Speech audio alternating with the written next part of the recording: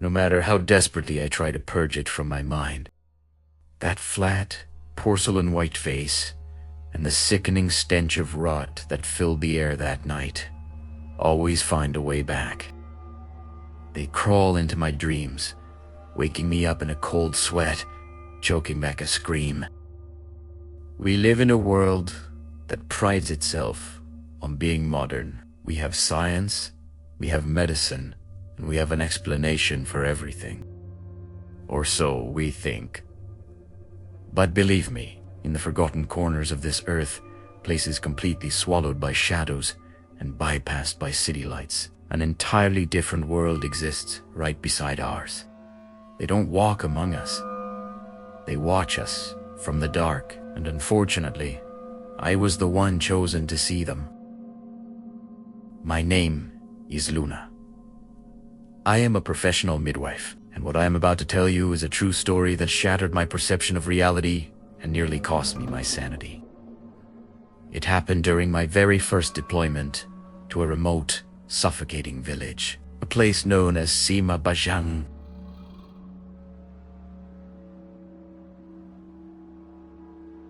It all started back in 2016, after spending 2 quiet years working at a small, bustling clinic near the Balearian market, a clinic owned by my brother-in-law. I decided to take the civil servant exam on a whim. I didn't expect much, but fate had other plans. I passed, but instead of being assigned to a clean, well-lit city hospital, I was thrown completely off the grid, to the absolute edge of the map. Sema Bajang village. The health department told me the village clinic was in dire need of a midwife. What they failed to mention was that dire need was just a polite euphemism for abandoned. The midwife before me had demanded an emergency transfer, fleeing the area without giving any real explanation. At the time, my young ego chalked it up to her being soft. I ignored the warning signs. The journey to Sema Bajang was pure physical torture. The road was utterly destroyed nothing, but a river of thick, knee-deep mud that no car could ever dream of navigating. I had to get off the motorcycle taxi, tie my shoes together, sling them over my shoulder, and trek through the mire on foot. To my left and right stood a dense wall of towering pine trees. They grew so close together they practically choked out the fading afternoon sun. It was barely 5 p.m., but the forest was already casting long, jagged shadows. A thick, icy fog began to crawl over the path, carrying the sharp scent of damp earth and an oppressive, suffocating silence. When my mud-caked feet finally crossed the threshold of the village, a shiver ran down my spine. The place looked like a ghost town. The wooden houses were scattered far apart, their windows boarded up and doors shut tight, as if the villagers were actively hiding from something that roamed the dusk. That was where I met Aibu Mizni, an elderly woman sitting motionless on her porch. She quickly shattered my hopes of finding a proper boarding house, pointing me instead toward a massive, weathered house owned by a young local girl named Dini. Dini was a quiet, 19-year-old orphan who had dropped out of school entirely for one purpose: to care for her incredibly frail, mute, and bedridden grandmother, Mbok Turi. The house was far too large for just the two of them. The ceilings were impossibly high.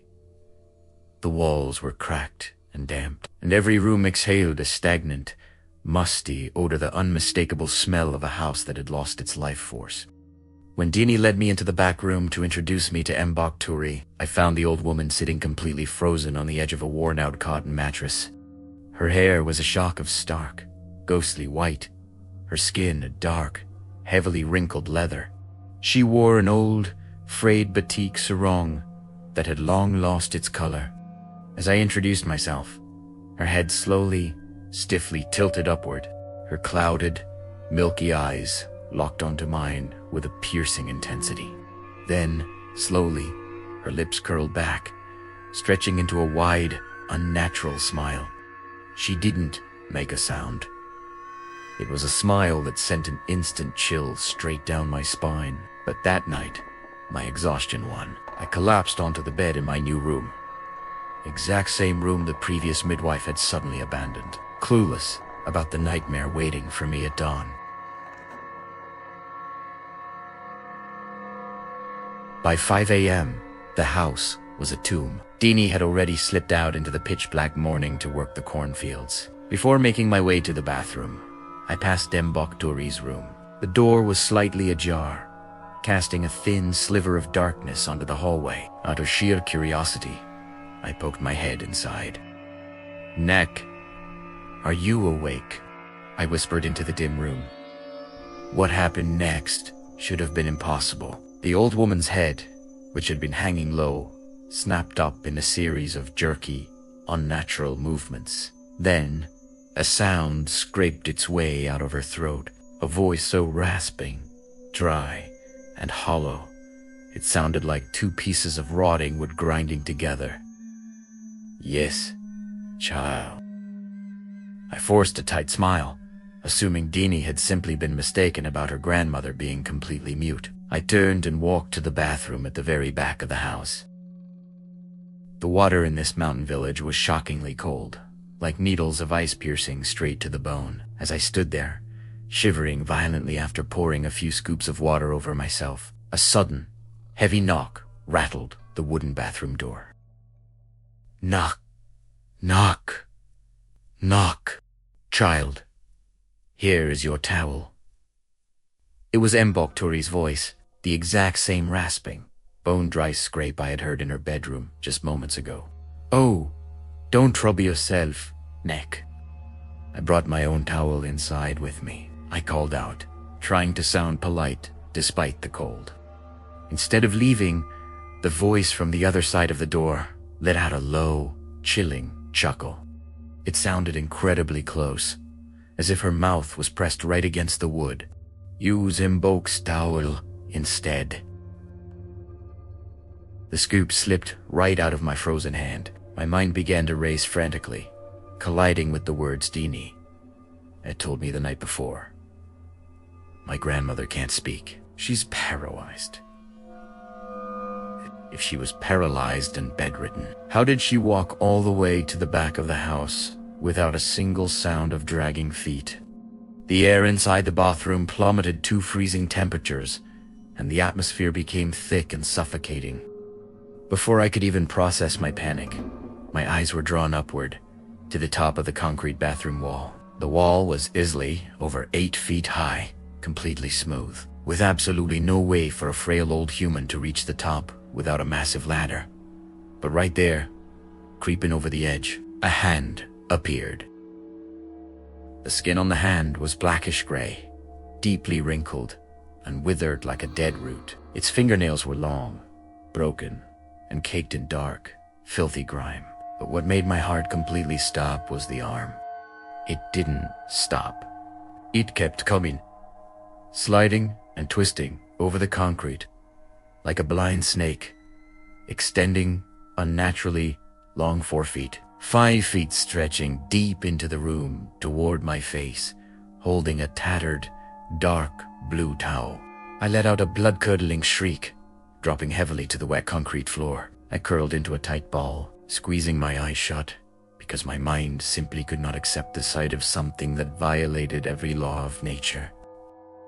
Thankfully, a frantic pounding on the front door from Dini, who had briefly returned, broke the spell. But when we went together to check Mbok Tori's room, the old woman was right where she always was, sitting motionless on the edge of her mattress, offering that same silent, vacant smile. Dini dismissed my terror, telling me I was just hallucinating from lack of sleep.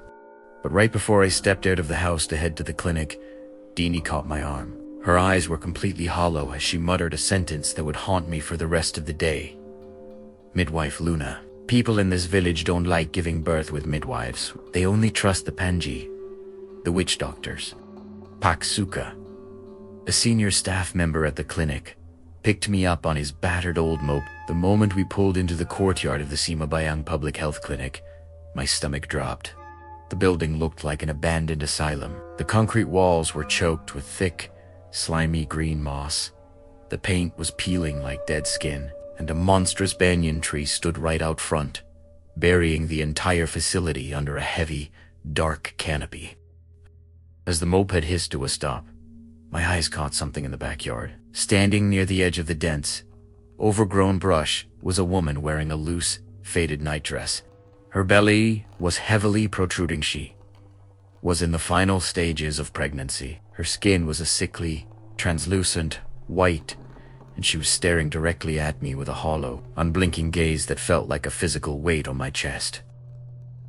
Paksuka, who is that in the backyard? I think she's a patient in labor. She looks like she needs help, I said, pointing frantically. Paksuka turned his head, squinted into the brush, and then looked back at me with absolute confusion. Where, Midwife Luna? There is no one out there. When I insisted and took a step toward the back, the pregnant woman suddenly spun around. She didn't walk. She bolted into the thick, tangled bushes with terrifying speed, vanishing without making a single sound.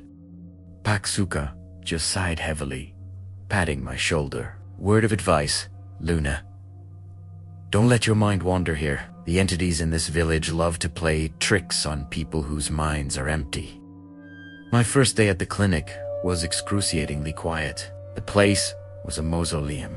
Not a single villager came in for medicine, let alone a pregnancy consultation.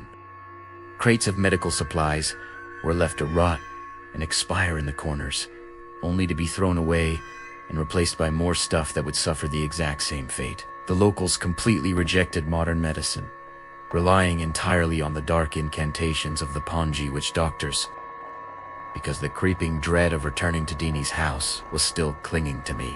When the evening arrived and the other staff members packed up to leave, I made a choice. I decided to spend the night alone at the clinic. I took the keys from Paksuka, intending to bury myself in work, drafting a community health and safety plan for the village. Midnight came and went. The interior of the clinic grew freezing cold, lit only by a single fluorescent bulb overhead that buzzed and flickered every few seconds. Exactly past midnight, the heavy silence was shattered. Knock, knock, knock. The front door of the clinic was struck with a slow, heavy, deliberate rhythm. I jumped out of my chair, my heart hammering against my ribs. I hurried to the door, forcing myself to believe it was a local villager experiencing a genuine medical emergency. I threw the door open, and the breath froze in my throat. Standing in the pouring rain was the exact same pregnant woman I had seen in the bushes earlier that day. She was groaning, a low, guttural sound of agony, her hands clawing at her massive stomach. Help me, midwife. It hurts so much. Seeing the dark stains of ruptured amniotic fluid soaking through her nightdress, my medical instincts instantly overrode my fear. I grabbed her arm, guiding her quickly down the dark hallway and onto the examination bed.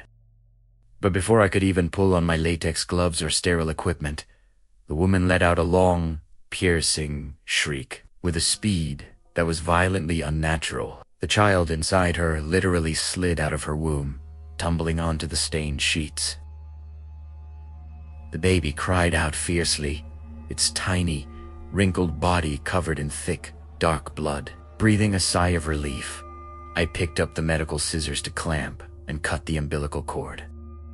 But the very second the cold metal touched the cord, the crying stopped. Instant, dead silence. I froze, the scissors hovering in midair. The newborn, barely 10 seconds old, slowly opened its eyes. They were impossibly large, solid spheres of pure, glossy black, completely devoid of any white. They blinked in a slow, mechanical rhythm, and right before my eyes, the infant's tiny lips peeled back, exposing a rows of small, sharp teeth stretched into a wide, malicious grin. Before my brain could process the horror, the creature violently kicked its legs, leaping straight out of my hands. It landed squarely on its feet, on the cold concrete floor. It didn't crawl. It walked. It began to pace rapidly around the room in a wide circle, leaving a trail of sticky, black, bloody footprints behind it. Its head tilted back, starting at me. I let out a hysterical scream, backing up until my spine slammed into the glass medicine cabinet. I rubbed my eyes until they burned, desperate to wake up from what had to be a psychosis. But when I opened them, the creature was still there, now effortlessly scaling the metal IV stand, staring down at me with that same jagged grin. With the absolute last ounce of adrenaline in my body, I spun around to claw my way out of the room. But my body locked up. I froze dead in my tracks. The woman who had just given birth was suddenly standing directly in front of the door. There was no distance between us. Her face was mere inches from mine. Her skin was a flat, powdery white, completely devoid of blood or lifelines, as her empty, hollow sockets bored deep into my soul. Her jaw dropped open and hinging far past what a human jaw should allow. A massive wave of thick, black, tar-like fluid erupted from her mouth, spilling over her chin and splashing onto the floor. Along with it came a suffocating stench of pure, rotting flesh, so foul it instantly made my eyes water and left me gasping for air. I shrieked at the absolute top of my lungs, shoved past the freezing space beside her body, tore the clinic door open, and sprinted out into the raging storm, leaving everything behind. I ran as fast as my legs could carry me, tearing through the pitch-black, mud-slicked courtyard. When I dared to glance back over my shoulder, my heart nearly stopped a second time. The woman in the nightdress was no longer inside. She was standing out in the open, amidst the swirling fog, cradling the bloody, grinning newborn in her arms. She wasn't running. Her feet were hovering a foot above the ground, her body gliding through the air, toward me with terrifying, effortless speed. Her laughter broke out a high-pitched, metallic shriek that echoed off the pine trees, filling the entire valley. Help! Somebody help me! I screamed into the void, my voice cracking with pure terror. The only guide I had through the thick, blinding fog was the weak, trembling flashlight beam from my phone. The thought of ever stepping foot in that clinic again was dead. I would have rather drop dead of exhaustion running through the wilderness than let those two things touch me. After what felt like miles of sprinting through the mud, tears mixing with the pouring rain, a brilliant headlight cut through the fog. It was Paksuka. He had decided to drive back to the clinic to bring me a container of food his wife had cooked. My body was shaken so violently I could barely speak. I threw myself onto the back of his moped, gripping his jacket, begging him to get me away from that cursed building. Throughout the entire ride back to the village, Paksuka remained completely silent, only occasionally uttering in a flat, monotone voice, "Keep your mind guarded, Luna. Do not let it wander." That horrific night finally ended. I made it back to Dini's house alive, but a piece of my soul was left behind in that clinic. Dini was waiting for me at the door. As she listened to my frantic, crying explanation, her face remained entirely blank. Not a single flicker of fear or surprise crossed her eyes. She just whispered softly, explaining that the old clinic had belonged to them for a very long time. It was the real reason the villagers refused to go there, and the reason the midwife before me had fled in the middle of the night. I'm sure many of you watching this video are asking yourselves, "Luna, why didn't you just pack your bags and quit the very next morning?" Trust me, when you are a government-bonded worker in a completely isolated region, it is not that simple. The bureaucracy is a labyrinth, and the legal contract held me tight. I was forced to stay in Sema Bajang for several years after that night, enduring endless nights of creeping, atmospheric terror. And what happened at the clinic that midnight was just a welcoming ceremony, because only a few days later, an event infinitely darker and far more tragic took place right inside the house where I slept. An event involving the mysterious, grim death of Mbakhturi, but that is a dark chapter I will have to open in the next video. Thank you for listening to my story until the very end. Keep your wits about you and guard your thoughts, because sometimes the things you think are just shadows in the corner are actually walking right behind you.